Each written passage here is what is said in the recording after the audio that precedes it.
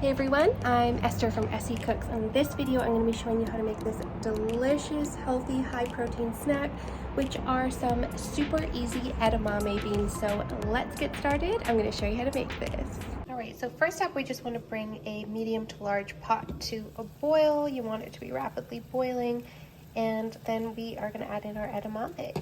So I have 500 grams of edamame in shell here, which would be about 1 pound roughly, and I'm gonna put the entire thing in. You can always put this recipe in half if you don't need them all right away.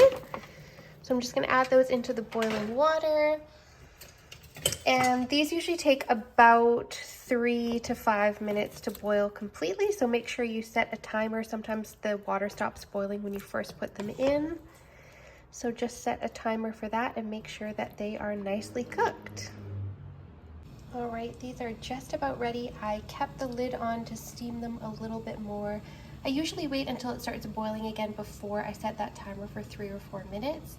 But you can set it for 5 minutes and give it time to boil back up itself, whatever works for you. So these are just about ready to strain, and then we are gonna add a couple super easy toppings to make them extra delicious.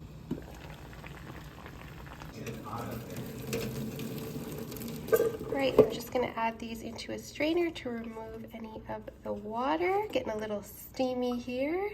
Then we're going to add them into a bowl. All right, now I'm going to add these to a bowl. And you can eat them just like this with just a little bit of salt, but I am going to add 1 teaspoon of sesame oil. Careful when you're measuring this because sesame oil does have a strong flavor. Then I'm going to add about 1.5 teaspoons of everything but the bagel seasoning. This sounds so random, but guys, this is so good. And then we're going to add chili flakes to taste. I like quite a few because I like it spicy, but just put however many you like. All right, now we're just going to mix that all together.